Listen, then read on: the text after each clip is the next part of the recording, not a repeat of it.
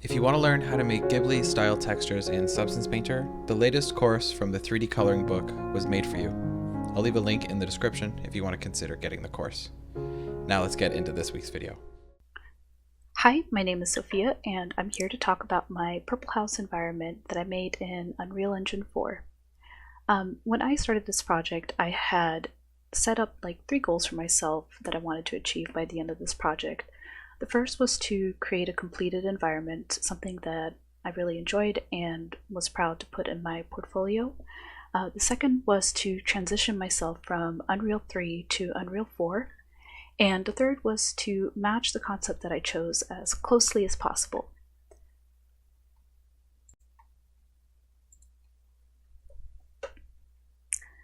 Throughout this video, I'm going to talk a little bit about some of the techniques and tricks that I use to get my geometry as close as possible to the concept art.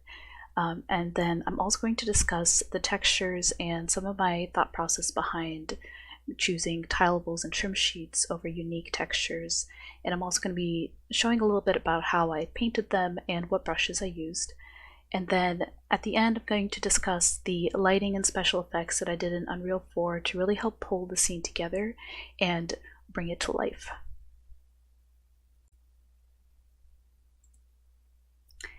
The concept that I was working off of is called Purple House, and it's by an artist named Oku on ArtStation.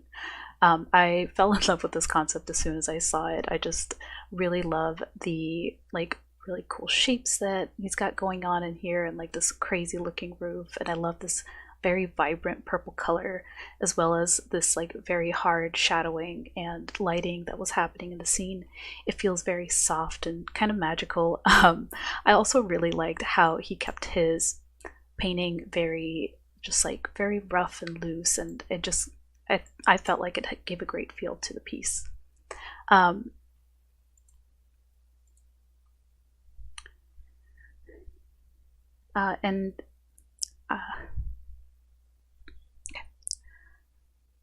For the scene, I did use 3ds Max for the modeling. I did use a little bit of ZBrush for like the stonework right here, and then I used Marmoset Toolbag for baking, and I used Photoshop for pretty much all my textures. I did use like a little bit of Crazy Bump for a couple normals here and there. So I'm going to be showing you guys a little bit older techniques because again, I was kind of moving from Unreal 3 to Unreal 4, so there are some things that I haven't quite got the hang of yet in Unreal 4, like dynamic lighting. I use static lighting for this map, so I will be going over like light maps a little bit as well. I hope it's going to be fun and informative. Let's get started. Okay, so let's get started on the modeling aspect of getting this house made. So probably like one of the most challenging parts of getting this modeled is getting all of these like really intense shapes that the concept has, especially like in a 2D concept. Perspective isn't always going to be perfect, and that's okay. So one of the things I had to kind of keep in the back of my head is that I was going to have to make modeling decisions to really help push the shape and do some like I would have to like model in some force perspective to get things to look right. And my ultimate goal was to match this concept as much as I possibly could. When I first started out this project, I thought I was going to do like a full 360 view of this house, but I realized very quickly that that was going to take way more time to get it to look right, and I was worried that I would end up with like this backside here looking like the other parts of the house looking kind of weak compared to like this main view. So ultimately I decided that I just want to focus on getting this main view looking good. With that in mind, it was a lot easier to go forward with the modeling process because I wasn't worried about like, okay, I need to figure out what this side looks like and the back side and all this, and it made it a lot easier for me to focus my modeling on getting all these shapes just right. Now, excuse me. So in order to achieve like the concept, what I ended up doing is first and foremost was getting started in Unreal as soon as possible. One of the habits that I've had before is to wait to get into Engine until I was about halfway through modeling or something, or until I had enough pieces modeled. One thing that helped me so much in getting this to look just right was bringing my meshes immediately into Unreal and setting up a camera that I could take screenshots from and do a little compare and contrast. So let me show you how I did that. And I'll also show you a little bit of what the backside actually looks like. It's not too pretty on this side, but you go to the main view and it gets the job done.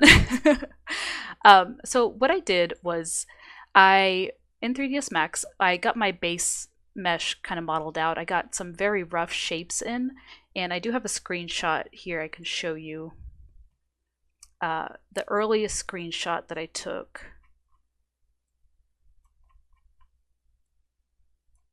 So that would be this. The lighting's obviously not what we want, right?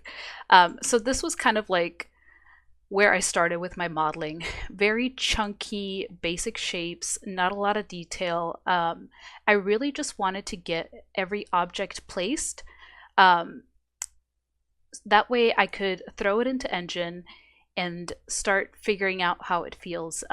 Because one thing that I learned was that things look, perspective mode in like 3ds Max looks and feels different than looking at it in Engine. So getting your meshes in as soon as possible is very helpful, and it'll give you a better idea of, you know, whether your proportions feel right, what you need to change, and where you need to change it.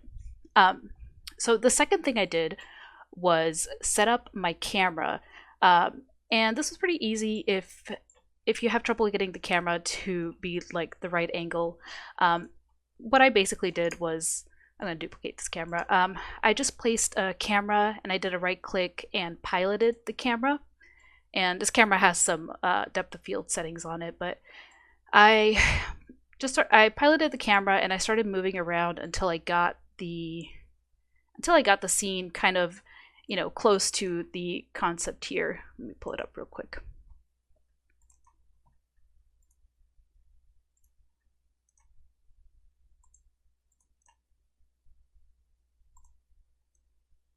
So, you know, I'm working, I have the image up in PureRef, so it's easier for me to move around, and I can get it just in a nice square and keep it always on top.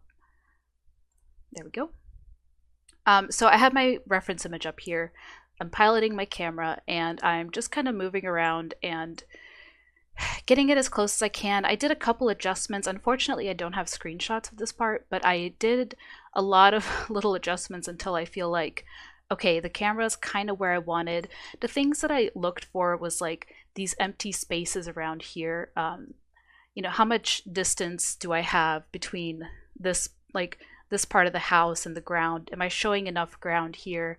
I see that this has a little bit more ground, so maybe I'll angle down and zoom out a little bit, and you can see we're starting to enter my main camera, so we're getting closer to the final look. So okay, now I feel good about how much ground space I have here. What about this top part? Okay, I see that I'm cutting off the top a little bit, so let's move everything up a little bit. Oops, and I'm moving my actual model. That's okay, it's saved. So again, I'm just moving my camera around until I feel like I got it positioned well enough. And of course, I also have to kind of keep in mind that as I modeled this out, my camera position was going to change a little bit because the model that I started with was not at quite the right proportions. So getting this camera, once you have the camera set up exactly where you want it, you can eject it up here. And now the camera is stationed where you're going to take all your screenshots from. You can see I almost got it to where I have my final camera, but I will delete this for now. So basically what I did was in 3ds Max, I would do whatever modeling I needed to do. And early on, I kept everything as one mesh, so I could import the one mesh and just like, you know, right click and re-import really quickly, so I didn't have to like drop a ton of meshes in there and re-import all the meshes. And I have everything set at 0, 0. I just set every object has the so for every object, I did have the pivot point set at 0, 0 because I wasn't going for a modular scene. So I was fine having everything just at 0, stationed at 0. And again, early on, I had the entire model as one mesh that I imported and updated as I was modeling, and it just made life so much easier to have it at 0. So that's kind of how I handled that. And what I would do, the process that I was doing for such a long time when I was getting everything modeled is I would, you don't always have to pilot your camera. You can also right click and snap view to the object. I kept my viewport frame the size that I wanted the final image to be, and I didn't change this viewport frame around at all. I just kept it here. I would snap my view to the camera, make whatever changes I did to my model, import it, and then look at my mesh. Oop, that's not what I wanted to do.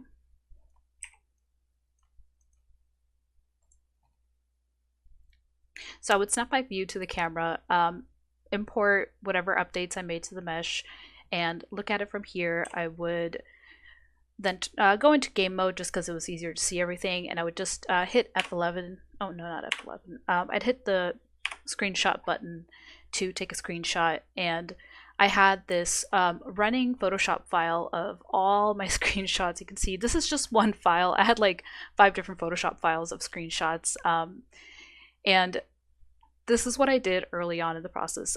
This is the earliest screenshot I have, but so I would model it out, screenshot from my camera view, and look at it like, okay, what am I going to do next? And I just did this over and over again until I started kind of getting my shapes right. And then sometimes I would notice like, oh my gosh, okay, this is obviously not enough space in here. And I'd write little notes for myself on what I want to change. And I would start making those changes, and I just continued modeling this way. This ended up working really well for me because I would often, because there were so many different things to model, and I would often forget that what I wanted to change from my last iteration. So taking screenshots and taking notes was a huge lifesaver for me. So you see I have like just a bunch of random notes about, okay, so this whole section needs to move up and over, and this feels small, and this feels too narrow. So I would write notes, I would take screenshots, write notes for myself, make the changes to the model, re-upload, and then do that process over and over again. And you can see, like, I would start making some larger proportion changes and start adding in more and start building things out. I'm gonna zoom out a little bit here. And I just kept going at this process until I started getting things placed to where they just felt right. And you can see, like, as things got bigger or smaller, I would adjust my camera a little bit here and there. I think at this point I was pretty happy with my camera placement, and I felt like this was going to work moving forward. Just showing a little bit of the modeling progress here. I found this to be the easiest way to show you guys like kind of how the modeling progressed. And just lots and lots of notes. I would always like, my eye would always go to one little thing and be like, oh my god, I need to change this so it looks closer to the concept. And this is what I did just over and over. So this is kind of like me getting closer to things feeling right. I went off of feel more than like, this is the kind of thing like with stylized modeling, it doesn't really work to measure things or to I don't know, just like you have to approach it kind of loose and go with your feeling and really take some time to really like look at your concept compared to your model and be like, okay, how are these negative spaces feeling? How are like let's look at how the space in here is feeling and just start breaking it down piece by piece.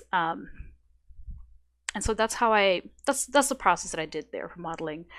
Some other things I had to do that really threw me for a loop was modeling in like forced perspective. So if we look at this house top view, um, we see like the side house, which we're seeing like two sides of it, right? I was finding early on that I was not getting enough of this part of the side house at the view that I had it set up on. So what I had to do was take the model and like really exaggerate the shapes here, and almost like I had to take this front face and rotate it forward so that we got more of it in the camera view. And I had to do that for a couple other areas as well. I think you can see it the most in the top down view. Like nothing is at a straight line, and this is the kind of thing that can make stylized objects feel really really great in game, is if you put some of this like forced perspective into it. Same with like this front house as well. I had to do a lot of like jiggery pokery. Like if we look at it from this angle, it's a very slanted, um, just like nothing is going at a straight angle, and that's good. you want um, you want to bring that life into your modeling by adding in the sort of like ins and outs. Those are the things that are really going to make stylized shapes read better into 3D space.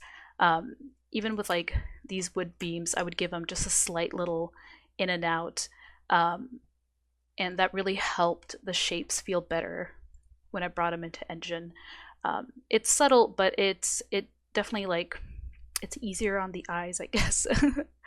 um, and even like with the wood beams here that I have on the door, I probably should have given them a little bit more wobble, instead of keeping them so straight. So those are the kind of things that I did while modeling. The tools that help a lot with that are like in 3ds Max anyway, is like your FFD boxes. The 2x2 and the 3x3 is pretty much all you need. Once you get into the 4x4, it's a little bit intense, but you throw an FFD modifier on it and you can unroll it, go to your control points, and you can just start really like making big sweeping changes without having to go in and model like every vertice. So this is the kind of thing I would do every time I took notes. Um, Collapse it down, and now I've changed the shape entirely. This is the kind of thing I would do a lot when I was taking notes, screenshots and notes of things that I needed to change. Like, okay, this whole back part of the roof felt too low, so I throw an FFD box on it and just pull it up using that. Made it really quick and easy to do modeling changes instead of like I had issues with soft selection. I didn't enjoy using it, so I preferred the FFD box method instead. Okay.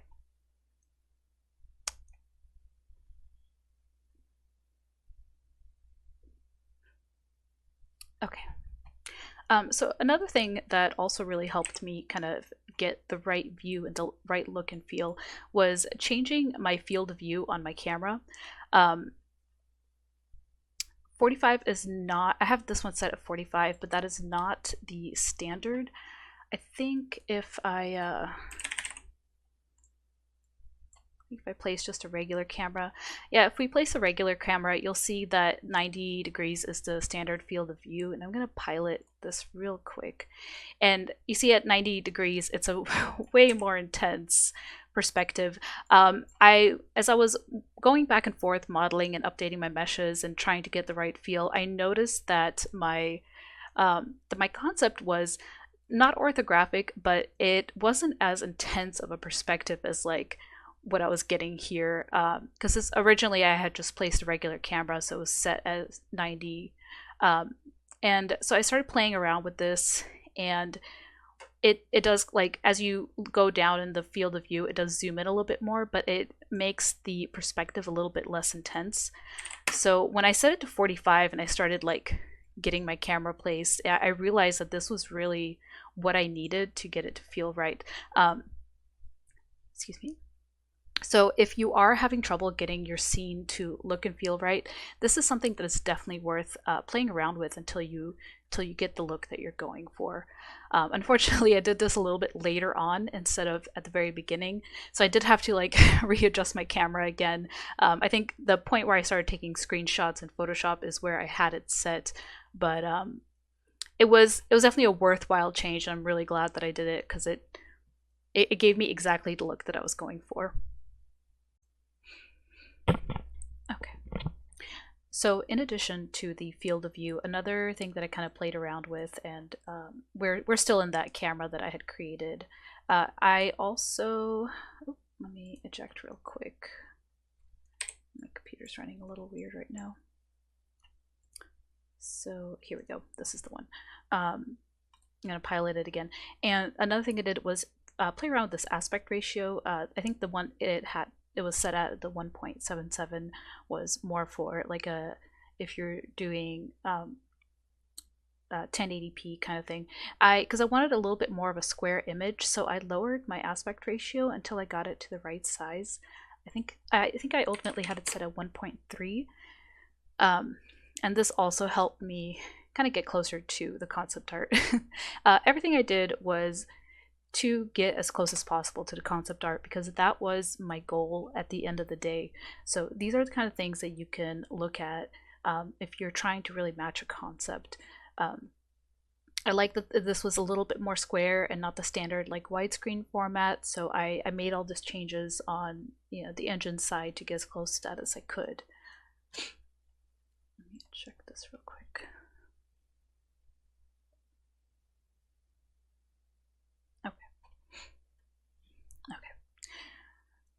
So yeah, that's really what I did as far as modeling. I don't have any like cool modeling techniques to share.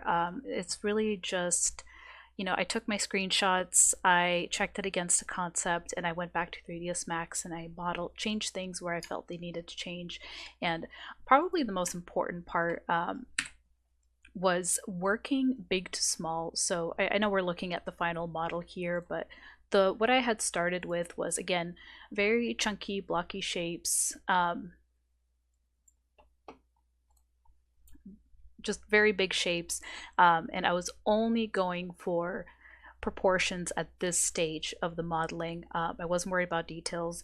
If you work big to small, you're going to really set yourself up for success later on, because you won't have to go back and do like these massive changes because you realize like, oh no, this door feels way too small compared to everything else.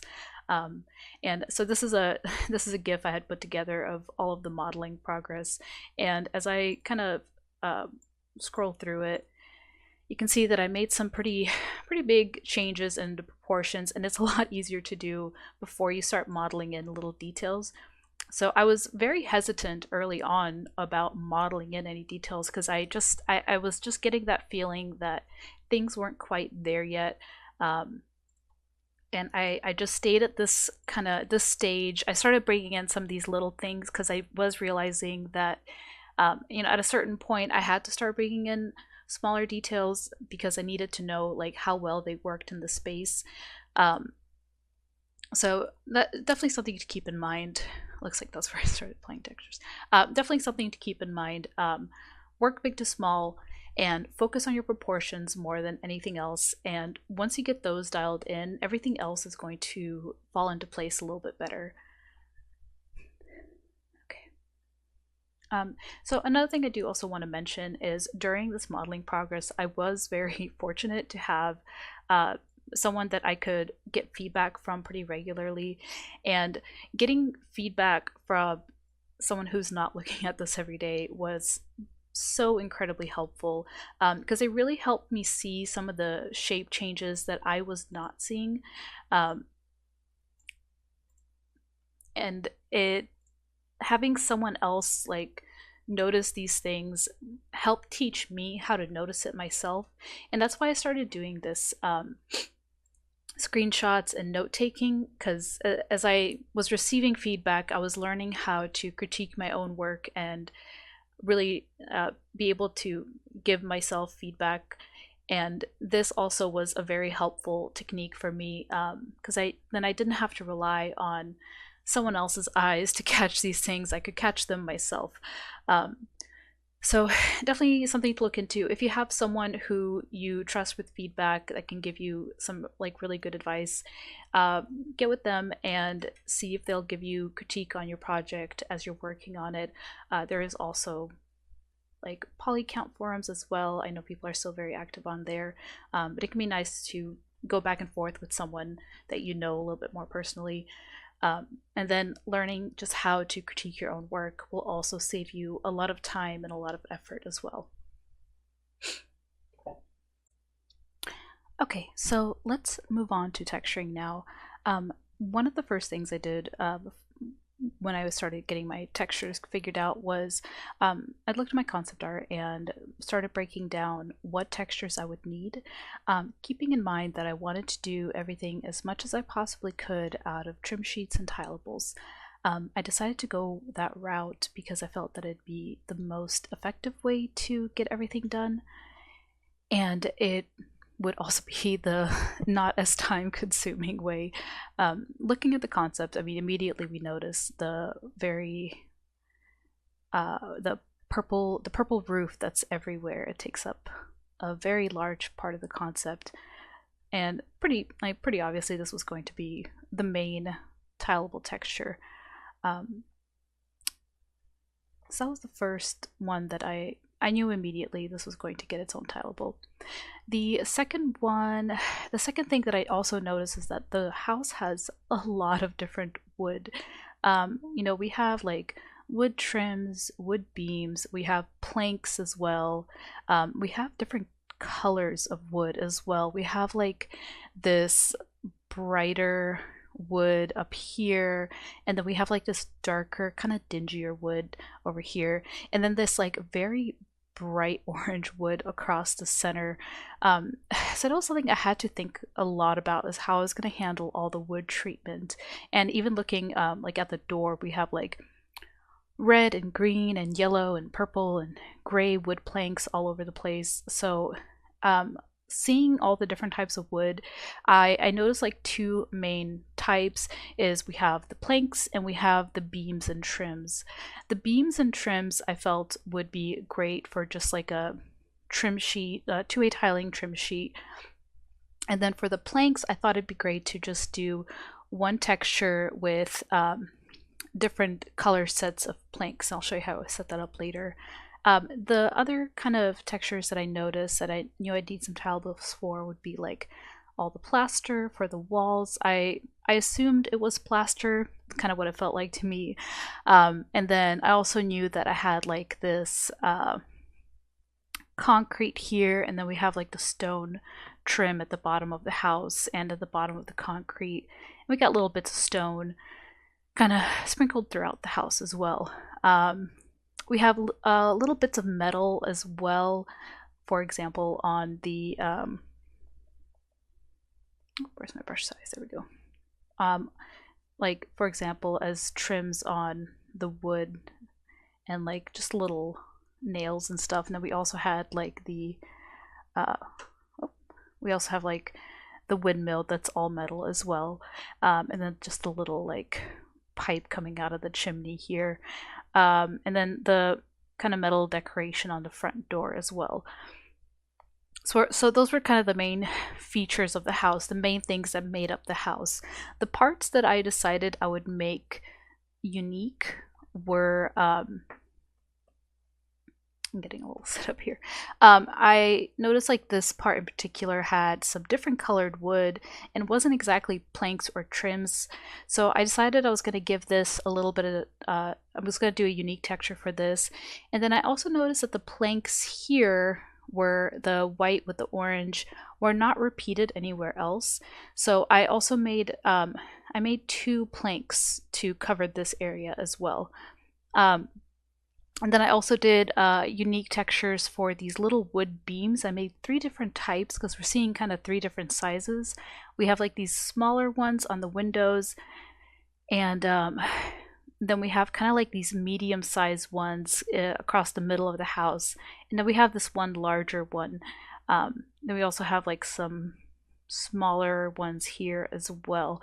So I decided that I would make 3 different kinds of wood, like, excuse me, like wood beams that we would put use throughout the scene. So while I did get like a quote unquote unique texture, it was repeated all over the scene. So that's how I decided I was going to approach this. Outside of the house, we have like the dirt and then the grass as well. So these were obviously going to be tileable textures that were going to be put on a terrain. And then we have rocks all over, and what I ended up doing was modeling one rock and kind of giving it different size so I could reuse it all over the scene.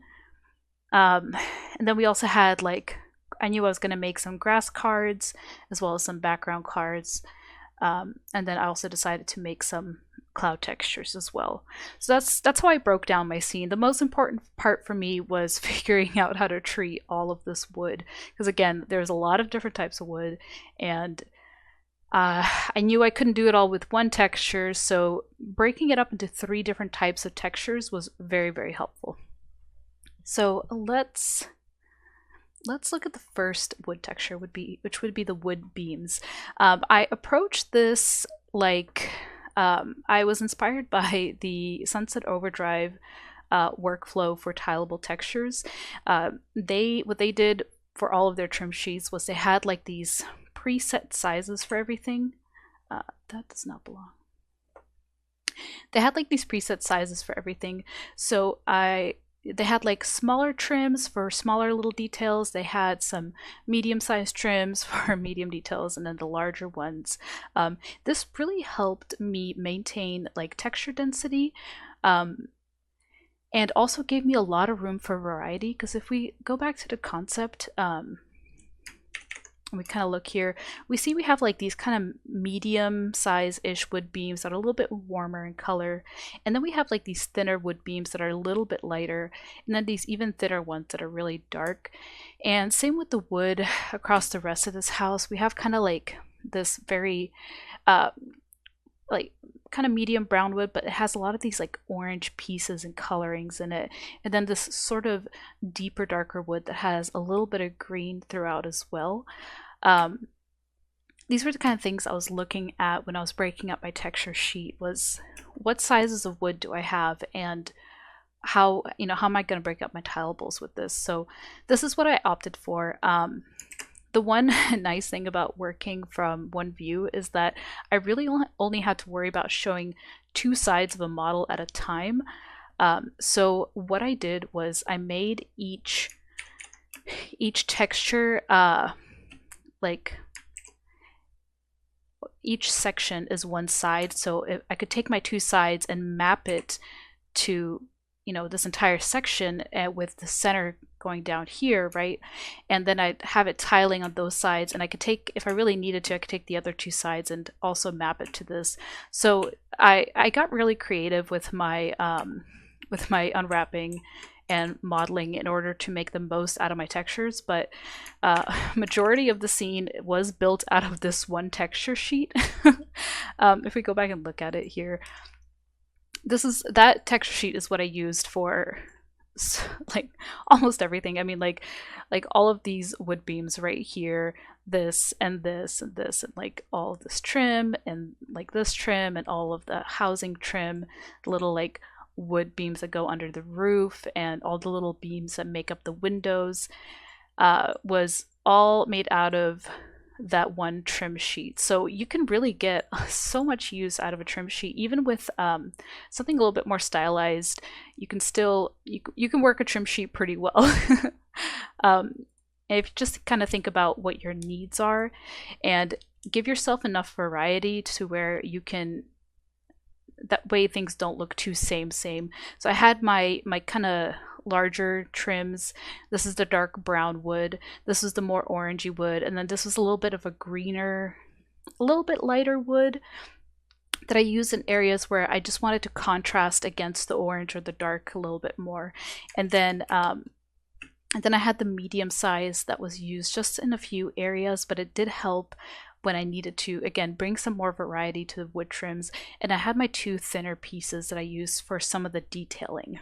And then I had, where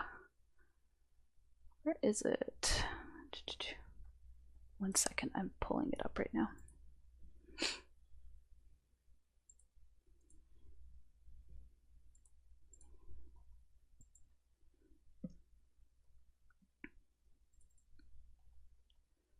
Okay.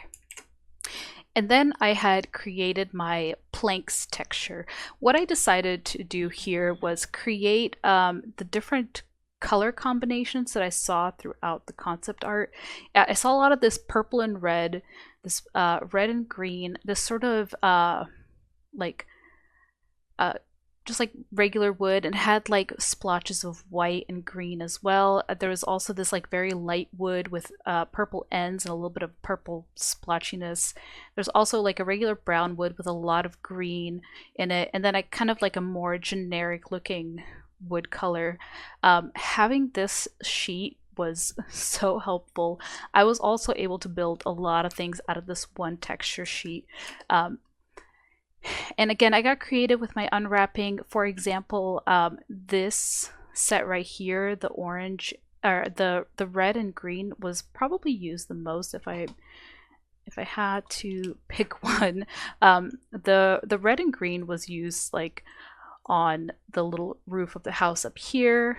And again, we could see I used the planks to fill out the house, and then the trims to build the house out of it. And then I also used the red and green for this front door. I called it the Yak Shack.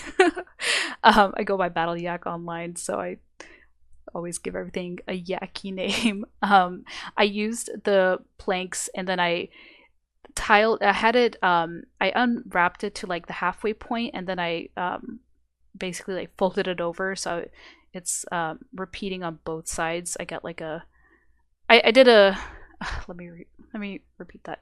I used like a horizontal symmetry when I unwrapped it, so it's the same on top and bottom, but it let me get more use out of my wood planks texture sheet. And then you can also see I used the planks here as well, and I did more of that, like I just mapped it to each plank, or I would do like a horizontal symmetry, and I used all the different colors to kind of give it a little bit more variety. And that's what I made all of the little roofs and stuff out of as well. So very helpful. The planks were also used to kind of fill in some of these areas. And again, I had so many different colors to work with, so it helped keep things a little bit less monotonous. And you see I filled it in here and like on the side of this area, like this window and this window. So those were kind of the ways that I used my texture sheets, you know, to its like full advantage. You can see it also kind of filled out areas here and here as well. I should probably turn that off. So yeah, the wood made up such a huge part of the model, and I was able to fill it all out with pretty much those two sheets.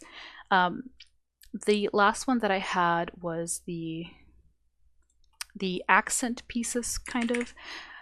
So this was the white and orange planks, and I just made two because I really didn't need more than that. I wanted one that was a little bit more worn on the bottom and one that had a little bit more orange in it.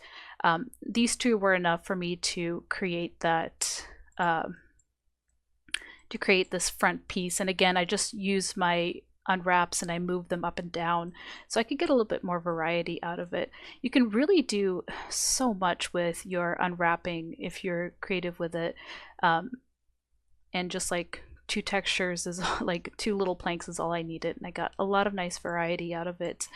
And then I also did like the little green and orange section. I just gave a little piece on this texture sheet. This texture sheet isn't very optimized because I wasn't sure what all I knew I wanted one texture sheet that was going to be like a catch-all for all the unique pieces, and I wasn't quite sure how I wanted to set that up just yet. So I do wish this was better optimized, but it is what it is. So this was the like wood end cap on the side house. that one kind of just got its own texture because it was a little bit of a larger piece. I let it have its own thing. And then the medium and small wood end caps, what I ended up doing was giving it like two different colored sides, so again I could have more variation as I was unwrapping stuff. So for the medium size, I gave it this little bit like warmer, more orange side, and then also gave it this like cooler, a little bit more purpley side. Same with the small wood trim, gave it a lighter, warmer side and a darker, cooler side. So when I went to go unwrap everything, like for example, like this is all the same models, but I just used a different part of the texture sheet. So we have some darker, cooler end caps, and we have some lighter, warmer end caps. And I did that for all the end cap pieces. I was just trying to get the most out of my texture sheet as I possibly could. I didn't really have to be that efficient with it, but I decided it'd make my life a little bit easier. And so that's how I utilize my texture sheets there. And then of course I had the roof tiles. So what I'm showing you here is kind of the first painting pass that I did. This was another one of those areas where getting feedback was so massively helpful. I was working at such a high level of saturation that when I put my lighting and everything on top, it just like, it made everything like at a 100% level of saturation, and it was very grating on the eyes, but I did not see it at the time until I had someone give me some feedback, and they recommended that I just like completely nuke the saturation. And at first when I changed it, I was not happy with it. Let me see if I can find where I did that here. These are all my screenshots. Okay, so not there.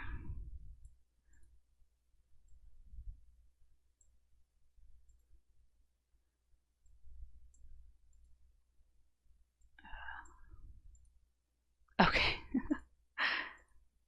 Okay, so here is where I got this feedback, and so this is kind of the stage I was at. I had everything, I had all these pieces like unwrapped basically and mapped out. And I was like, you know, I decided to get some feedback at this point. And the feedback that I got back was that it was just way too much saturation. And at first I was like, oh no, but like the concept art is so saturated as well. And, you know, I really like how bright it is. But I took the feedback anyway. And so I desaturated my textures and reduced the contrast down as much as I could. And what I ended up with was this, which at first felt horrible. I was looking at it like, I really don't like this. Like, I don't think this is the right direction for this piece, and I just wasn't very happy with it. But I also kind of was thinking, you know, I've been looking at this level of saturation for so long, maybe I need to give it a break. So when I made these changes, I left them alone, and I decided, okay, I'm gonna step away from it for a little bit, let my eye and do something else. And I stepped away from it for like a few days and came back to it, and I started noticing like, okay, you know, this is actually feeling a lot better. Like, it's not so hard on the eyes. I think with stylized art, it's really, really easy to get into like 100% saturation from the get-go. So this was such a like important piece of critique for me that really helped me see color differently. And when I came back to it, I was like, yes, okay, this feels a lot better. I just need to tune it. So I spent a lot of time tuning my textures and my lighting and getting things a little bit closer. And the more I looked at it, the more I liked it. And then a couple weeks later, I went back and looked at the original, and I was like, oh no, this was so bad. This was way too much contrast, too much like saturation everywhere. So I definitely felt a lot better about the decision later on. And of course, you know, lighting is going to change your colors so much. So it is one of those things like you do have to take into consideration in your texture sheet. Like if you're like at a like 70% saturation and like 70% brightness, the colors don't have much further to go. And so the big thing that I learned was kind of bringing everything down to more of this mid range. That way, colors can go lighter and darker and more saturated and less saturated. Um, Bringing everything down really helped with my lighting later on too. So this is where I started. I kind of did like a first pass on painting out some of the saturation here, or I'm sorry, not saturation. I did a, excuse me, let me start that over. I did a first pass at painting out some of the contrast here and adding just like little nicks and stuff like that. And then I did the lighting adjustment. So you see we go from like, if I use my color dropper, we're at like consistently very high like saturation and lightness. And then as I put on my color adjustments, we drop down a lot lower and kind of closer to this 50% range. And this, while it doesn't like, it feels like it got nuked a lot, this ended up working so much better in Engine. I was kind of realizing early on that Unreal 4 and more like doing things, because it processes more like PBR stuff, it hand painted stuff doesn't always translate very well, but doing this helped a lot. So if you're struggling with colors and you're finding that maybe things are getting too saturated, doing things like so here's where we started, right? So I took kind of like the base color, and I'm gonna turn up the opacity. So I took kind of like a general color feel of the roof and filled a layer with it, and then I started playing with the opacity to kind of nuke some of the contrast, and I think I had decided on like 45%. So this is a great little way to bring your colors in line a little bit more. Oh, 1 second.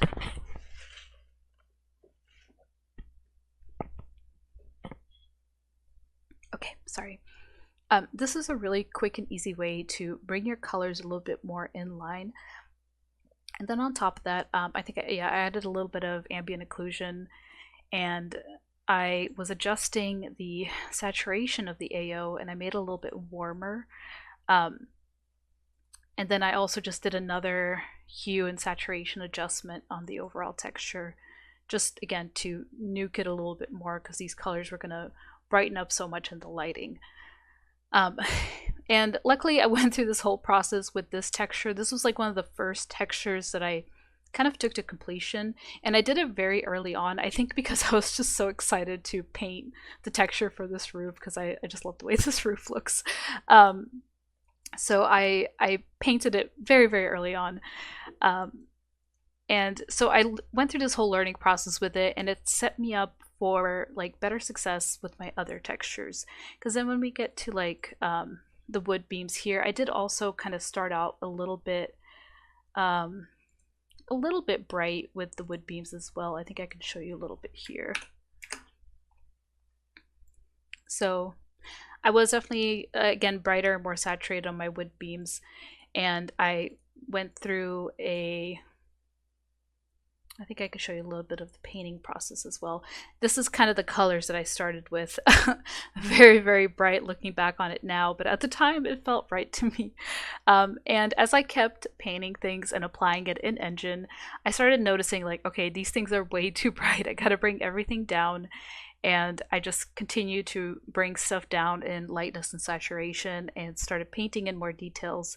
And then things felt a lot better. I don't know if I stayed on that edge highlight, and then I just did some further color adjustments. And again, these layers are just I took a color, filled it in, and adjusted the opacity to kind of bring the colors in some more. And again, a hue saturation adjustment works wonders for getting colors just right. So this is how I got to this point. When I was painting the grass and the dirt, this was kind of a little bit more towards the end of the project, so I'd painted some other textures already. Again, you can see that I started out very saturated, very bright. And I was fine starting out this way because now at this point I was aware that, okay, this is definitely not going to work, but I'm going to start here. And I threw it into Engine, and of course it was off, and so I just started adjusting my colors and painting stuff in and out. And the more I painted, the more contrast I took out of my textures. Especially like with stylized textures, it is so easy to paint in little bits of contrast. So one of the things that I did to try and avoid this was, while painting, what I normally do is I have my window that I'm painting in, and then I'll go to Window, Arrange, and New Window for this texture. So now I have a duplicate window of that texture. I usually set the duplicate to about 25%, sometimes a little bit smaller. I kind of try to base the size off of what it would look like in game. I think I kept this at like 25% most likely. I pulled this out. Oh no, that feels too big, so I'm gonna go down a little bit more. So I would pull this out and I would have it up in the corner here.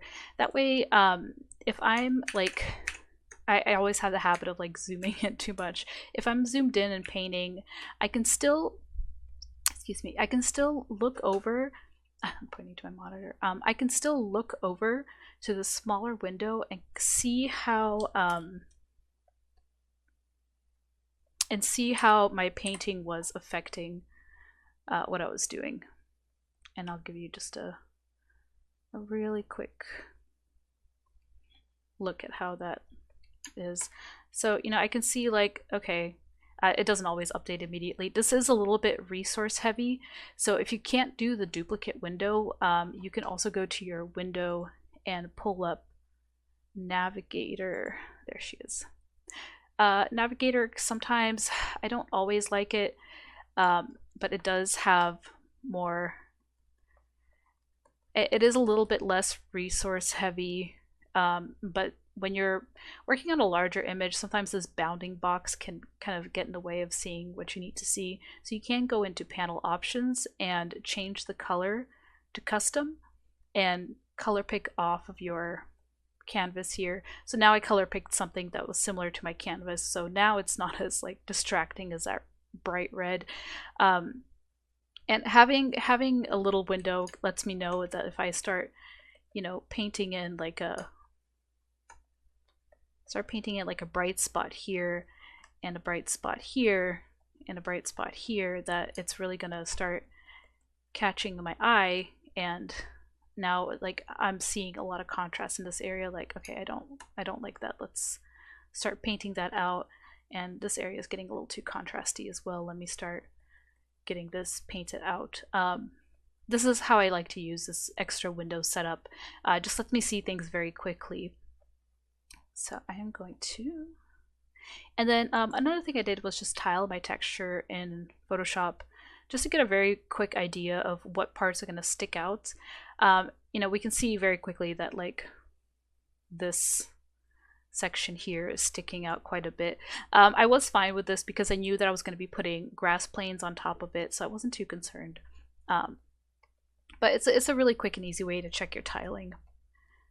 And then I did a similar thing for dirt. Again, I started out with very blocky shapes. I just wanted to lay down the color and kind of get my color palette going, basically, for blending later on. I adjusted the colors and started painting stuff in and out. I made a pretty big jump from here to here.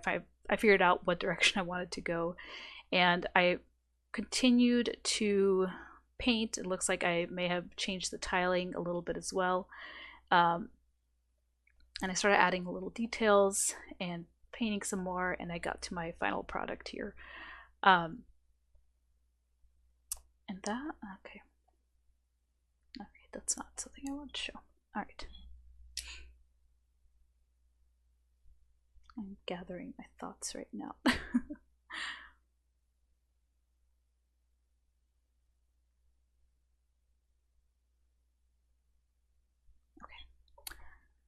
Okay, so now let me exit out of here before I accidentally save over that. That would be sad.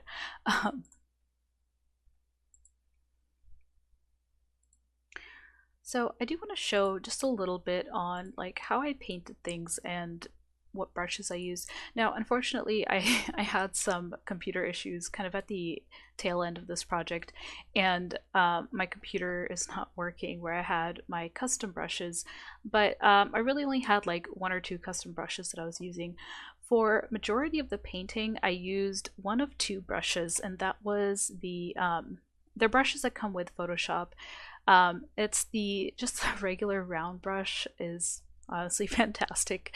I use just a regular hard round when I want to lay down just heavy color, and then the hard round pressure, opacity, and flow is what I use when I want to start blending stuff a little bit more. Um, Outside of that, the one that I use the most is, again, it comes with Photoshop. It's under the wet media brushes, and it is these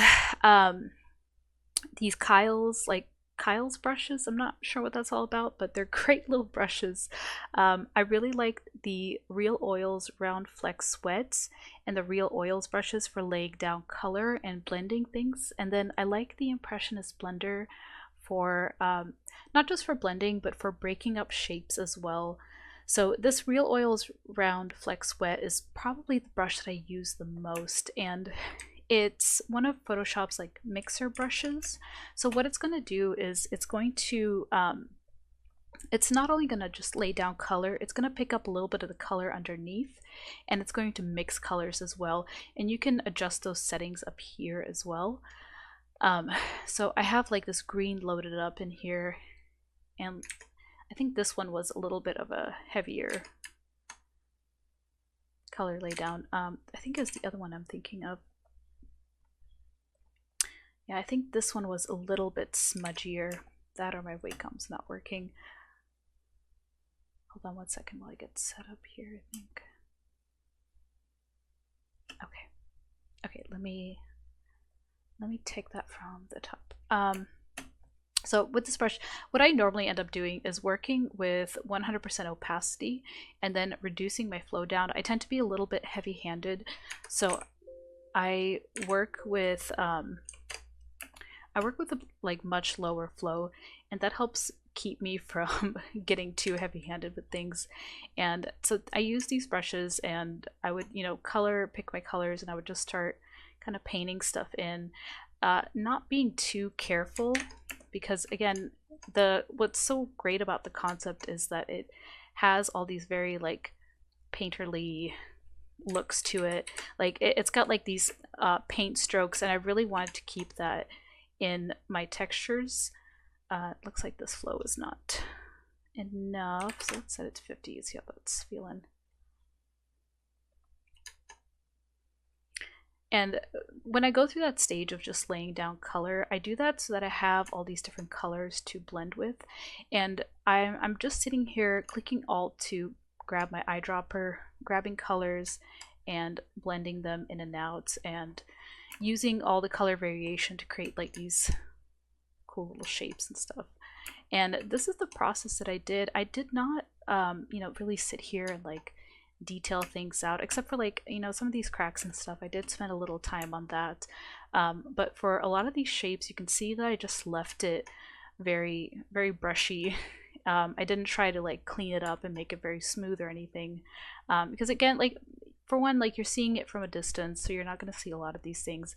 And two, like, I wanted to leave some of the paint brushes in there, the paint strokes in there. And this is really just what I did. If we go to like the wood here, let me turn all this off.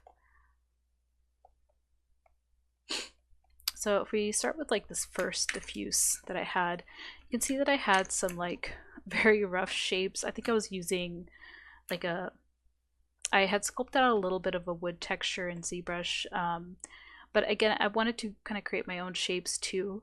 And so I would just lay down the texture, the colors that I wanted, and I'd go in and be like, okay, I'm gonna clean up this little section here, and I'm just gonna pick up the colors and paint stuff in and out. And I don't want so much of this yellow in here. If I enlarge my, that's fine too. If I make my navigator a little bit bigger, you know, I can see that this yellow splotch really stands out, so I'm gonna just paint it out a little bit. And the nice things about these oil brushes that they do blend and mix colors at the same time, so it can save you a little bit of time there, and it can also make some like really nice happy accidents. Can learn a lot from Bob Ross. Happy accidents make paintings so much better. And this was easily my favorite part of the whole project, was just sitting here and painting the textures.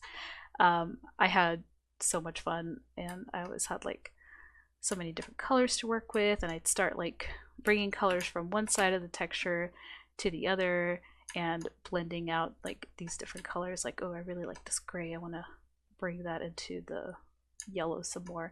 And these oil painting brushes, they're gonna not lay down a fully opaque color, and they take a little bit of buildup to get to fully opaque, and I did like that because it let me not paint out possible like color combinations. And then, okay, so I really like this orange, so I'm gonna start filling out areas with it.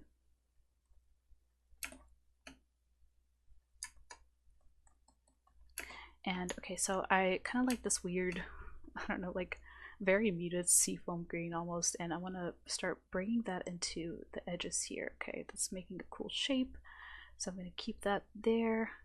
And I just stayed very loose and painted shapes in and out, and the shapes that I liked, I kept them. Shapes that I didn't like I'm not super feeling this, it's kind of mimicking this side, so I'm gonna pick up this color and just paint right over it. You know, don't be afraid to just paint over things that aren't working. That's about all I really did for the painting. And the color picking, I did start my colors by picking off of the concept, and again, I think that's where I like put myself in a bad position, because the colors on a concept work great for it, but they weren't great colors for textures. And again, early on, I learned that I'm just gonna have to really nuke the saturation and the brightness in order to get a color that's gonna work better for a texture.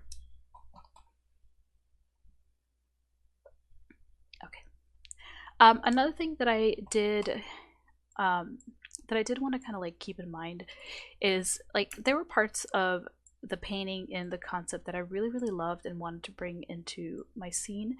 For example, like this particular part of the wood beam, for whatever reason, just like really called to me. I love this like swirly oranginess that's going through this wood beam. So I decided that in one of my wood beam textures, I would absolutely keep this right here. And I did this as I was looking at the rest of the woods and roofs and stuff like that. I found little bits and pieces that I just really liked and I wanted to mimic and bring into my texture sheet. And you can't do this too much, because otherwise you'll end up with like very heavy repeating patterns. So you do have to kind of find a balance of like what details you want to keep and what parts you want to keep a little bit more generic.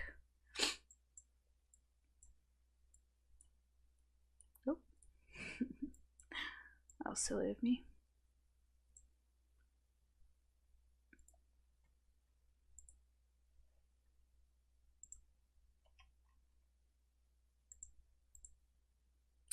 So in my texture here, I kind of, again, I had to reduce the brightness and saturation out, but this area right here is where I kept those kind of swirly orangey bits, and then I kept everything else pretty generic. Like in the darker wood trim, I did really like this sort of broken up wood, so I let this area be a little bit detailed, but I kept the rest of it pretty simple. And same with everything else, like even with this lighter wood trim, I wanted a lot of colors in it, a little bit of variation. That way I can use like this part of the wood trim would be a little bit more green, this part would be a little bit more orange, and then I could have like this more purpley part in here as well. So that's a way that you can balance your tilables and trim sheets, is give them little areas of interest and just make sure that they're working well with the less detailed parts of your texture sheets. Okay, so let's jump back into Unreal and discuss some of the changes I made to the lighting and other little things I did to help really bring the scene together and get as close as possible to this concept art. I'm going to shrink this a little bit more and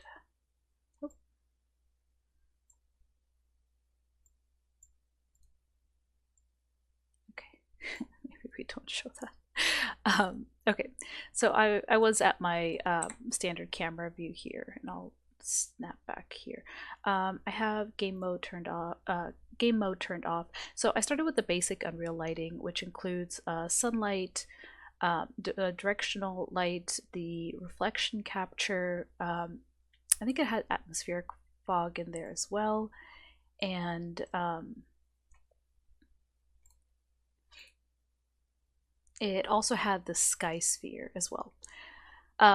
For the directional light, I really just played around with these settings until I started getting something that worked. I used my rotation widget here to get the light going in the direction that I wanted. I was trying to match the shadows as much as possible from the concept, but mostly I focused on getting this shadow right here because I felt like that was very very important to the concept, and then also just making sure that a majority of let's turn this off, that a majority of like this roof was shadowed and this roof was shadows. I did at one point mess around with I was trying to use some shadow cards basically to shade out some of these areas because I wasn't getting the light exactly right. Okay, so I was building these sort of cards that were not going to be visible in the final render, but they were going to cast these shadows that I wanted. I decided that this just wasn't quite working for me, and I decided that I was just going to be okay with the shadows not being exactly where I wanted them. Because the light was still going in generally the same direction and casting most of these shadows that I was really trying to get. So yeah, so that was just done through rotating this light until I got it where I wanted it. And then I did increase the intensity from 1 to 3, and that gave me enough brightness for the scene. Over 3 definitely felt like too much. I changed the color to like this warm yellowy orange, again just to bring a little bit more of that brightness and warmth into the scene. And like I said at the beginning of the video, I did do everything with static lighting and light maps, and I will show you my light maps a little bit later on. A couple other things I messed around with. One thing that really helped me was this light source angle. This is how you can control the softness of your shadow edges. So if I wanted this to be like razor sharp edges on my shadows, you can set this to a 1. If you want very soft fall off on your shadows, set this to a higher number. This was a nice little setting that made a big difference for my scene, because I didn't want like I wanted that razor sharpness in some areas, and I was getting it, but I wanted other areas to have like this to have a little bit of that softness and fall off. So setting it to 2 was just right for my scene. And I did mess around with some of these light shaft settings. I ended up not really doing much in my scene, but you can play around with this and see if it'll make a difference for you. I think I just didn't have things quite set up for light shafts and things like that. And I think that's really all I did on the main directional light, is change the color, change the intensity, rotated it until I got the right angle, and I did play around with these soft source angles. I don't know how much of a difference this made. I need to read up a little bit more about what exactly this does in terms of lighting, but the one that did make a big difference for me was the light source angle. Again, 1 for very sharp shadows. I'm not sure what the maximum is, but you can go higher if you want much softer shadows. and that was very helpful. I made a second light. I didn't do this until later on, and this is a trick that I learned from one of Low Poly Curl's environment scenes, the birdhouse. She does this like she had the second dominant directional light, and it's set to a very, very low intensity and like a cooler color to help brighten up the shadows a little bit and gave it a little bit more bounce light. So when you like look at the house here, you can see that these shadows are a little bit more purpley, like the side is a little bit more purple compared to color, like in color to this side of the house. So it can help break up your scene a little bit and give your shadows some extra variation and lightness. So I found that very helpful. I did make this one so that it wouldn't cast shadows because I just wanted it to help brighten up my scene. So a couple other little lights that I added this little green light because looking at the concept, this little area was like kind of tinted green, and I wanted to bring a little bit of that green tint into this corner. I may not have made it bright enough, but it did tint it very slightly. I don't think I was using this anymore. Okay, this was not a light I was using anymore. Outside of that, so those are really like, these three lights are really the only ones that I use for like the majority of the scene. Outside of those, what I did was I had all these other lights set up to help fake like this atmospheric perspective. So it's like when you're looking at things that are going off into the distance, they get lighter and less saturated. I felt like that really helped give the scene a little bit more depth. And it's something that the environment, the concept art had with these trees that were a little bit darker, more saturated right behind the house, and then the ones that got lighter into the back. So the way I faked that was by using these so I use point lights in some areas, like for these little bits here. I set the point light, I played around with the color until I got something that was giving me the right kind of tone here, and I did set it to not cast any shadows because I didn't want to get weird shadowing on it. And again, I played with the intensity until things just felt right. That was really that's kind of the overall theme here, is just like I adjust settings until things are feeling pretty good. For these larger areas, I ended up using these like very massive, let me see if I can zoom out enough, these very massive rectangular lights. These worked a little bit differently from point lights. Instead of like casting all around light like a point light does, these you draw out your rectangle and you can control like the edges of it, and it just casts light from the rectangle, which is very helpful when you're trying to cast it on like a clump of objects. So this is so these are like more foreground background cards. These are kind of in the mid, not really, but we'll say it's in the mid.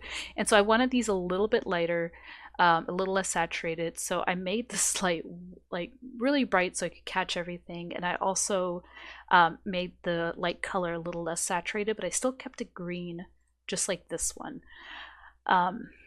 And so that's how I treated this section. And then for this one piece back here, I did another really big rectangle light, and I made it even brighter. And I did change the color a little bit again, because in the environment it gets a little bit more blue, or in the concept it gets a little bit more blue. So I gave it a bluer color and just made it very bright so it would wash out this texture a little bit more. I did the same treatment over here, where I had the rectangle light to kind of control the lighting on this clump of objects, or this clump of background cards, and then I had another rectangle light to brighten up this clump of background cards. Then I did also do this little, couldn't click it, this little spotlight. I wanted to kind of create like this lit pathway where like someone might go into the woods from back here. So if we go to our main view here, I brightened up this little spot because I wanted to kind of make it look like inviting back here, like maybe whoever lives here goes through the woods through the back kind of thing. I was trying to find little ways to just like bring some more life into the scene, and I really do like what it did. It kind of just like brightened up this little corner, and I like the way it feels there. So that's the main things I did with lighting. I did mess around with the sky sphere settings. I turned off this colors determined by colors determined by sun position. This is so that I did this so that I could rotate my directional light and get the lighting where I wanted it that way. If the colors are determined by the sun position, then where your directional light is going to determine like what color the sky is. I wanted a blue sky with this heavy shadowing and brightness, and turning this off helped me get the right look. And then I also reduced all of the cloud settings because I wanted to bring in my own clouds. I didn't really like the Unreal clouds, and I did play around a little bit with the color of the like sky back here and some of the horizon and stuff. These are really fun settings to play around with. Move them around and see what they do. They will affect kind of your overall scene lighting, so it's just something to keep in mind.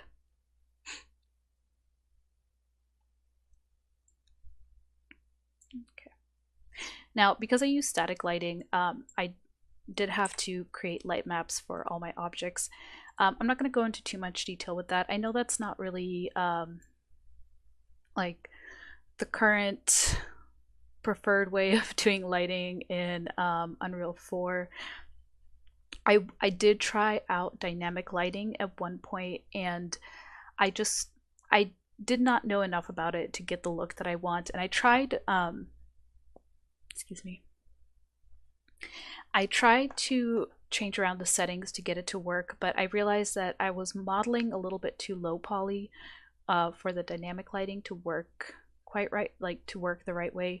So I decided to stick with the static lighting, and I'm gonna have to learn the dynamic lighting on a different project, which is totally fine. But I am familiar with light maps, and I'm pretty comfortable with making them. So I'm gonna pull up one of my props here. Here we go. Get that out of the way. So if you go to your like asset editor here, if you scroll down, I always turn off generate light maps because I generate light map UVs because I don't like the light map UVs that Unreal creates. I also turn on this full precision UVs. I think it helps give UVs a little bit better. It just makes them look a little bit better. Now, this is not where you change your light map resolution. I learned this the hard way. So I left this as it was. And the source light map index and destination light map index, I set this to the UV channel that my light maps were on. So if you're exporting from 3ds Max, your regular unwrap will be on UV channel 0, and your light map will be on UV channel 1. I think this reads differently in Max, so it's kind of weird, something to keep in mind. But if you go up to your UVs here, so UV channel 0, you can tell that this is my unwrap because it's like tiling, right?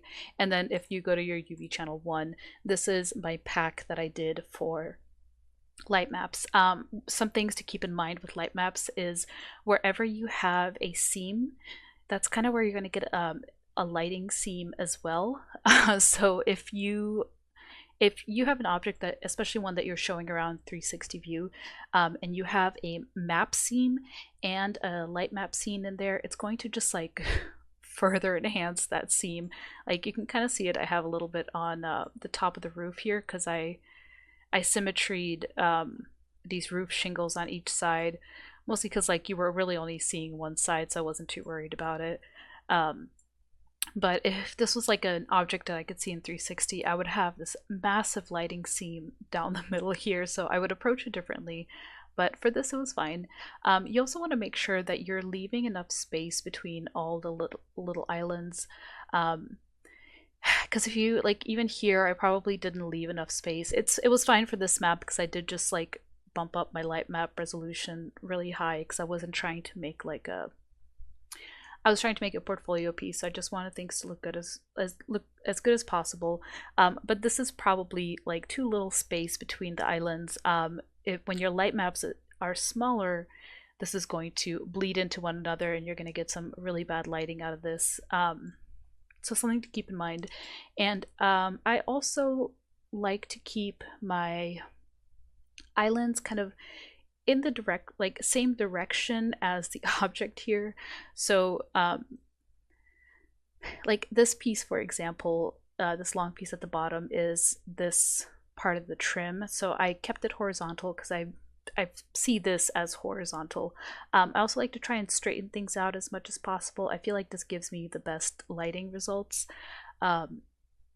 Sometimes when I do have these smaller pieces, I will make them a little bit bigger so that I can guarantee that they're going to get enough texture density. It is something to be careful about though, because if they have too much, it'll really stand out on your model. The areas where you didn't really see, I definitely shrunk those down, because again, like if we look at this object,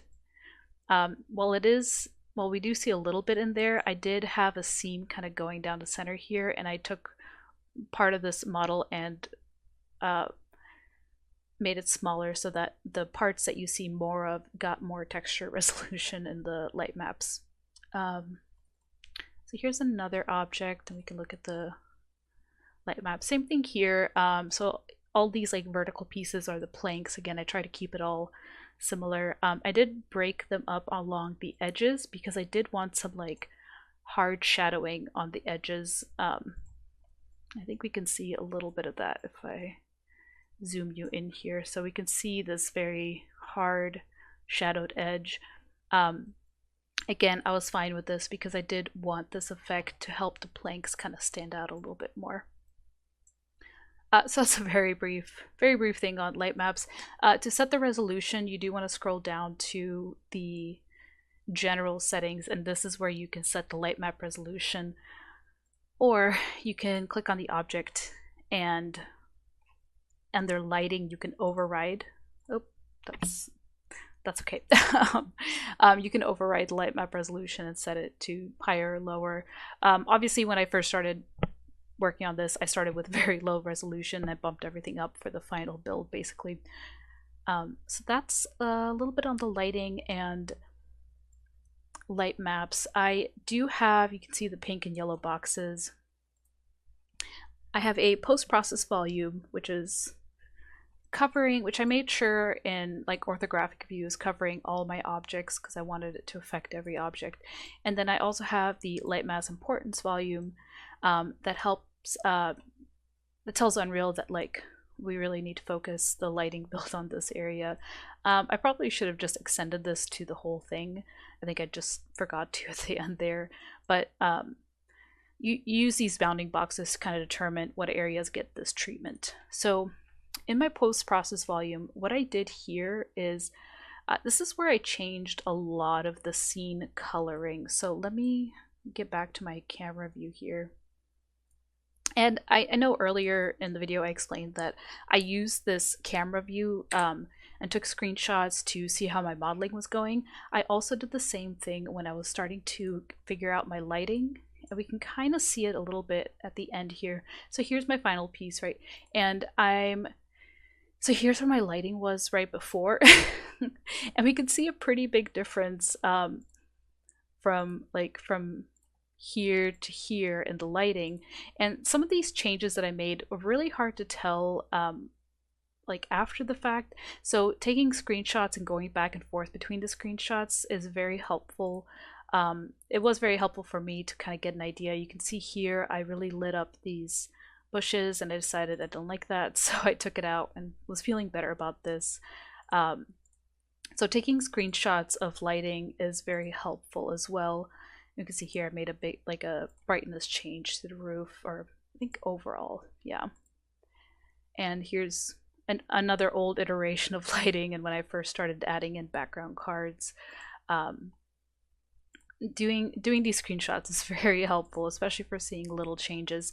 I did take a lot that I didn't save to the Photoshop file that I just like I saved to my desktop and then flipped back and forth to see what changes I liked. So again, screenshots very helpful. So with the post-process volume, I use the post-process volume primarily for this color grading. I cannot tell you how helpful I found it. So I'm going to turn these like off and on, and I'm going to turn these off and on, and hopefully you can see some of the difference that it made. So this is a global, so it's going to affect everything.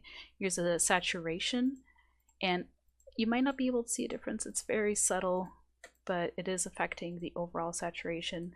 It is like I turned it down 0.05, so very subtle change.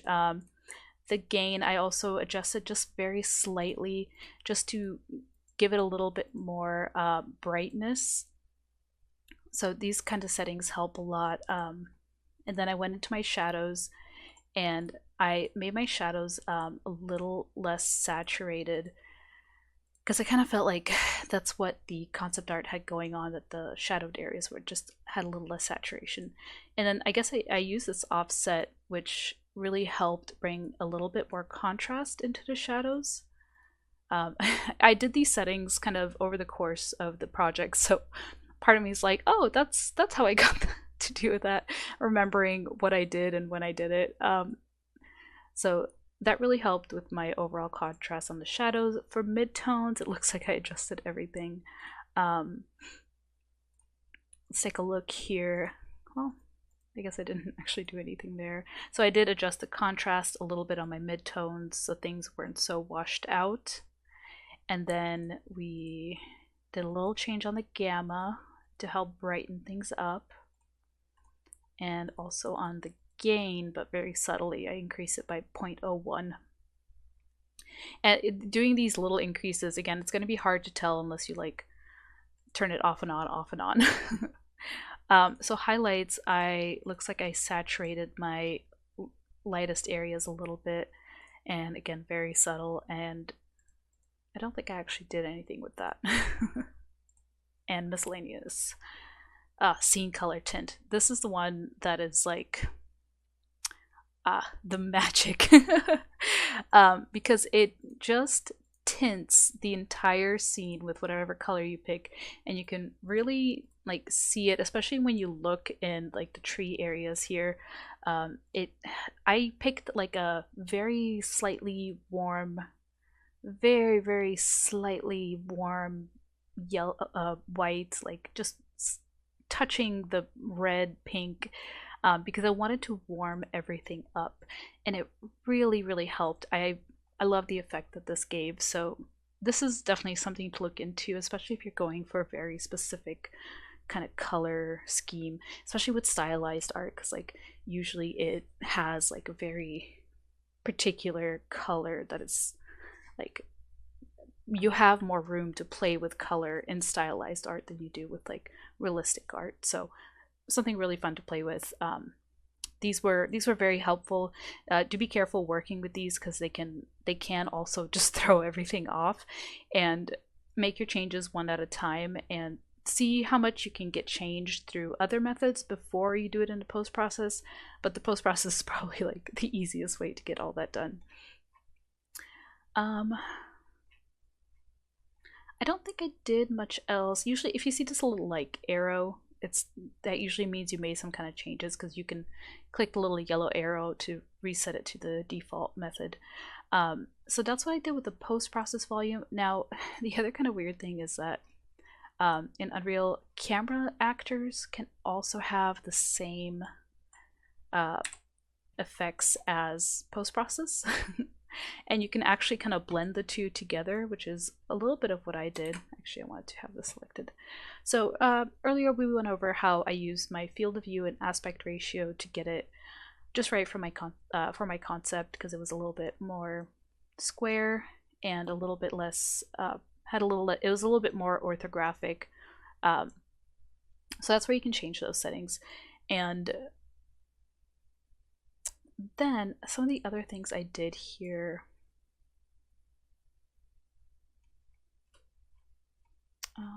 1 second. I'm trying to find.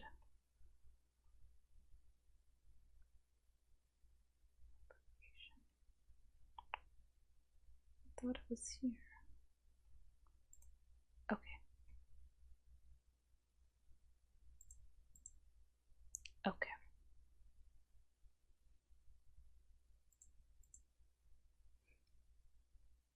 Okay. So some of the settings that I changed on the camera, besides the field of view and aspect ratio, is the depth of field and the bloom. In order to get the depth of field to work right, you have to play around with the slope and shoulder is what I found. I originally had, so let me actually pilot this camera. When you pilot the camera, then you actually see the effects that the camera is having. So it's just something to keep in mind. So we can see that like my foreground cards here are blurred, and then my background elements are blurred, while my midground here is nice and sharp. So I did that by basically adjusting, oh, not the slope. Oh, that was not it. Hold on 1 second.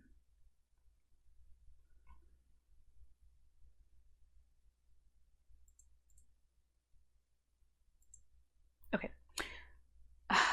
Let me rephrase all that because I was thinking of something different. Besides changing the field of view and aspect ratio on my camera, I also did some changes to like some of the actual camera settings, and these affected like the bloom and the depth of field. So very helpful in getting your scene to be just right. When you pilot the camera, then you actually get to see the effect that it's having. So if we see right now, since I'm piloted in the camera, that my foreground cards are blurred. If I eject, they go back to being sharp. So just something to keep in mind. If you're changing the settings, you do have to be in the camera, so to speak. So in order to get this depth of field where the foreground is blurred, the background is blurred, my midground is sharp, I had to play around with the f-stop, and I played around with these two, but I think I got the most change out of the f-stop. Because right now, if I raise it up, we will see that my foreground cards are not blurring, and it's also not giving me the right blur in my background elements. So that was when I first started playing around depth of field. I wasn't quite getting it to work the way I wanted it, and I went back through Unreal's documentation online and found that this is what I was missing. And I played around with these settings. I guess they made enough of a difference for me to change them, but I'm not sure what they were doing at the moment. Once I got this dialed in, then I was able to really play around with my depth of field here. And it did take some sliding to figure out what my range was, because my scene is not very large. So I had to kind of figure out like what the right number was going to be without getting my house like too blurry, right? So I found 1000 was just the right area for me. And then I did play with these settings a little bit. They didn't make like a huge, well, I guess they do make a little bit of a difference, but I just played with numbers until I got them the way I wanted. And then I did also use bloom. You can do your very intense soft bloom, which I do wish I had increased my bloom a little bit more. And then the threshold also affects it. And then I did play a little bit with this slope and shoulder, which is, it affects the coloring of the scene. So if I turn this down, we'll see like it turns it black. And if I turn it up, it's like full saturation basically. So I use this as a way to control my saturation a little bit.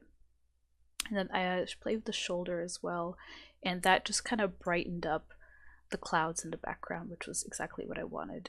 So the interesting thing is that the camera and post-process volume share the same settings, and you can have the same settings on both, and you can also have it kind of blend between the two. I think depending on what you're going for. Like if you're creating a fully interactive environment, you will probably want like a post-process volume instead in a few small areas where you want the lighting to be a little different. But for a scene like this, you could probably get away with just doing the settings on the camera itself, where you're just taking like one screenshot, right? But it is a way to kind of control different aspects. I think one other thing I did forget. Okay, very important, and I can't believe I even forgot it.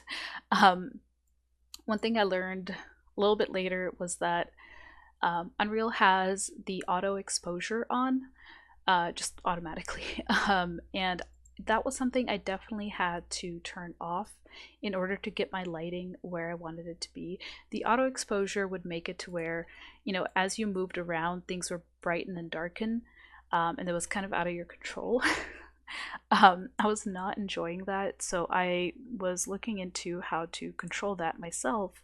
And what I had to do was go to, I believe it was settings and I think project settings. Let's see. Yes, so if you go to settings and project settings and you search for exposure, you can turn off auto exposure right here. It is gonna, the first time I did this, it threw my lighting way out of whack, and I got a little scared that I was not gonna be able to get it back the way I wanted it to, but with a little work, I got it looking even better. I used the post-process volume, and I turned on the exposure here and just played with this exposure compensation setting until I got things just right. So if we zoom out here, and always do that, post, there you are. This is going to brighten or darken your scene kind of overall, and I found 1.6 was just the right number for me.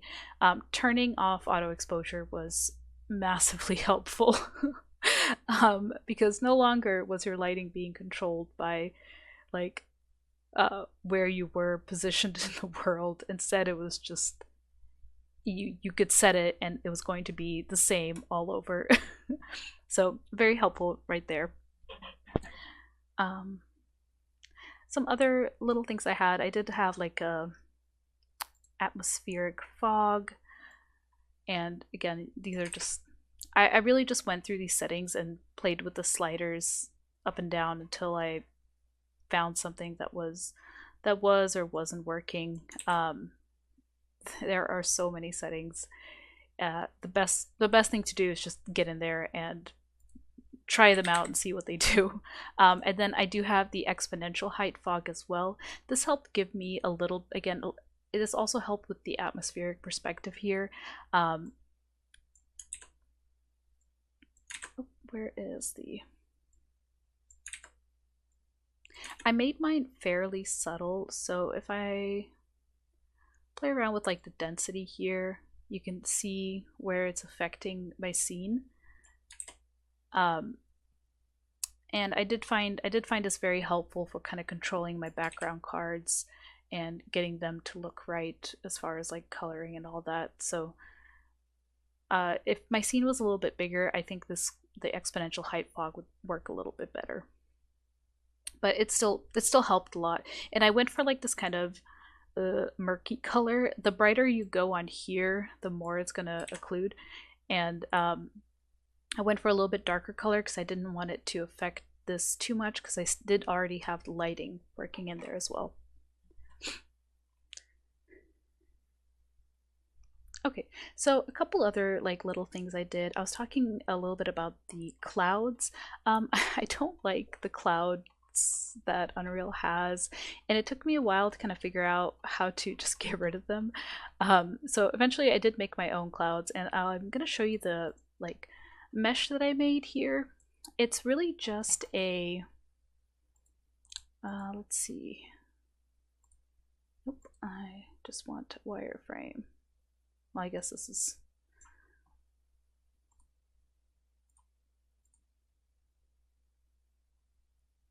Okay. Sorry. So what I really just made was this like strip that I UV'd my clouds to. One thing that I do wish I had done differently was made the clouds tileable, so that I could have made the material a panner that very slowly pans across. But it's fine. I got what I needed out of this. I made two different strip. Well, I made the one strip, and I put half of the strip is this bottom part of the cloud texture, and the other half is this top part. The clouds, I painted these clouds myself, and I used a couple brushes from Ross Draws. I think it's part of his like environment kit, and again, I don't have them on hand because it's on my broken computer. But I use like three different brushes to kind of build up the volume, add in some texture, and then kind of add these like little hanging bits. They're really, really fun to paint. I could paint these clouds all day. Um, for the material itself, it's not too crazy. I'm not super great with materials. I'm still kind of learning a little bit more about them. I did actually throw the simple grass wind on them, and here you can definitely see more movement. But if we look at the scene itself, like it's very, very subtle, very, very subtle movement on the clouds, which was what I wanted. I didn't want them to be like wobbling all over the place. And I am okay that I don't have the panner on there, because I was kind of able to mimic a little bit of these like cloud shapes from the concept, and I'm pretty happy with that result. But yeah, for the cloud material, I just did diffuse. I left them, roughness at 0, and I did put a little bit of an emissive on it, very, very small, tiny amount of emissive, again, just to give them some brightness. And I did set the material as just as a translucent and no shadows. And that's what gave me this clouds. And if we look here, I have like two strips. I made them very big, so they could fill up a lot of space here. I used like this top strip to kind of bring a little bit more clouds in. The two was enough for me to get all the variety that I wanted. If I wanted more, I could have thrown in a third strip and pushed it in the back to kind of get some smaller clouds going on in the background. But I thought this was fine. I thought it was a good balance of like blue sky and white clouds. And I do really love what they added to the scene. If we look back at this is kind of an old placement I had, but if we look back at like the Unreal clouds, like they're really lacking. And even back to the first scene, like the Unreal clouds were just not doing it for me at all. So I turned off their settings and brought in my own, and this really, really helped. Next is the background cards. This was also kind of a new experience for me, because like a lot of the other like little projects that I had done were mostly like interior environments, so doing background stuff was like, oh, this is this is a thing that I definitely need practice in. But they weren't too bad. I was not very efficient with their modeling. I ended up just giving them a lot of geo, because again, I wanted a little bit of movement on them. I thought that'd be really fun. I made one main material. I'll show you what I did here.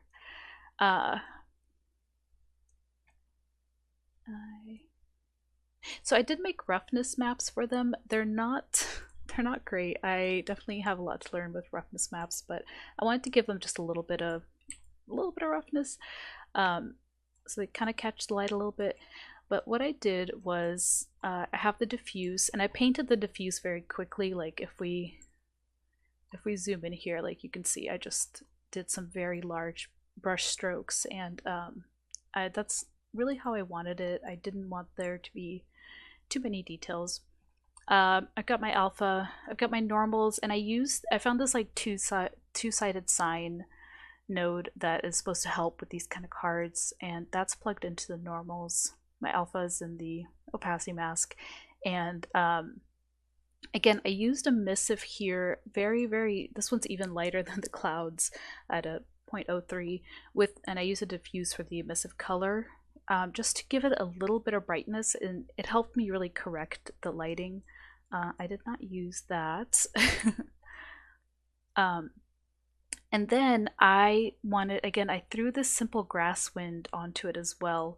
And I didn't want the entire thing to move. So what I did was I created a mask and I plugged the grass wind into a multiply node and I plugged the mask in and plugged all of that into the world position offset. So what I ended up getting was this effect where just like the parts I had, painted in, the parts that I wanted to move were moving, and it was exactly what I wanted and what I was looking for. I don't know, I'm having a hard time moving around. So I'm just getting a little bit of that movement on these edges here to give the scene some life. That's fine. And we can kind of see it in the background here. We're getting a little bit of the wobblies, so everything feels very windy. And I did that for all the cards. This is the alpha. It's very, very simple. I just left the edges super white and I kind of painted in with a soft brush, kind of where I wanted it to fade in and out. And I did that for all of the different background cards that I had. And a couple other little animations that I wanted. I definitely wanted my little windmill to move here. This was pretty interesting to do. I know that blueprints are a big part of Unreal 4. They were not a thing in Unreal 3. I think maybe they had a different version of it. So I found a tutorial by Cole H on YouTube as Blueprint Actor (windmill). I followed his tutorial for my windmill and it worked great. It was my first time making a blueprint, which was pretty fun. And let me see if I can pull it up here. And I'm not very proficient with blueprints, but this is all it was.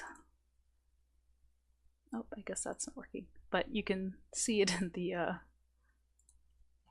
the scene is just I broke apart the windmill base and the windmill fan blades and just have these rotating. I was fine with the slow speed because I've always seen like windmills moving very slowly. So it was really fun and I felt like it added a nice touch to the scene. And then the other thing I did was the little wind effects, these little wispies that are going. I just thought these were so cute and gave the scene like that windy feeling. I was really liking it. This is a tutorial by Dean Ashford on YouTube. I followed his tutorial and his material creation for it. It was pretty easy. I'm not very well versed in particles, so that was also a whole new thing for me. This was a setup for the material. I made mine a little bit more translucent so that it could blend into the environment more. I thought that felt a little bit better for my scene, and this is the particle setup. I also made my little wispies whiter and a little bit longer. I like this sort of look of them being whiter. They kind of felt a little bit more like lumbery, flowing through the wind and through all the trees, like these little fat pieces. And I think that is about it for these like finishing touches. The lighting system in Unreal is so cool, and I'm really looking forward to doing a project that uses dynamic lighting, which I think will be even better. So I am excited to learn about that because I really got into lighting in Unreal 3 and I enjoyed it a lot, but it was definitely a whole new learning experience for Unreal 4, but 100% worth it, and I really, really loved it.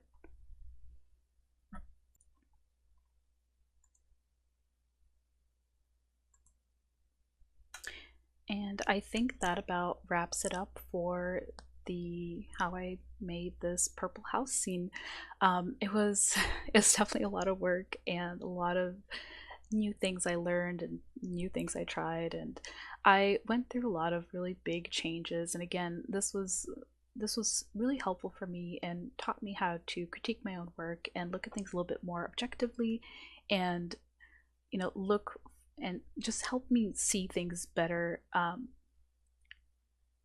I'm really happy that I did achieve my goals. I completed an environment scene, I learned Unreal 4, and I really stuck to my guns on getting as close as possible to this concept art. Again, I loved it so much for like all the shapes and colors and like the softness and everything. So being able to bring that to life was just it was really fun for me. Um, I think I've said it a few times now, but my absolute favorite part was painting and doing the lighting. That was just where things really come to life. I really enjoy painting in general because I do a lot of 2D art outside of the 3D stuff, and that's probably what attracted me to like stylized and hand painted 3D art, is that I got to paint and do 3D, which was a lot of fun. Um, and then lighting is just like a whole thing that's also really exciting because it can really bring your scene to the next level. It's funny watching this gif of how I progressed through my scene, and seeing where my lighting was at and where it ended up was definitely like made me feel good about the choices I made. The most difficult part of this whole process was not any like technical thing, but really it was I was fighting self-doubt probably like 100% of the time. That was the thing that really held me back with some previous projects. I had like two other environment scenes that I didn't get to finish, because I was just like so much in my own head and felt like I couldn't do it. So fighting past that was by far the hardest part of this whole process.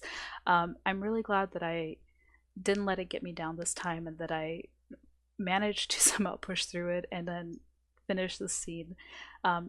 It really helped me see that I can finish what I want to finish. And it has me excited to work on the next project and learn some more stuff.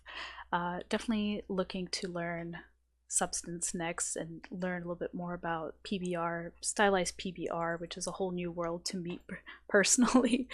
um,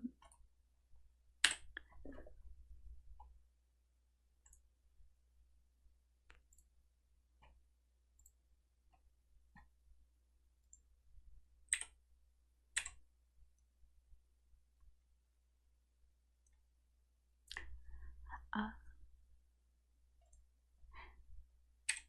okay. Some things that I would do differently looking back on this project now is I definitely would have liked to push myself to do some like actual trees, at least for some of these closer elements.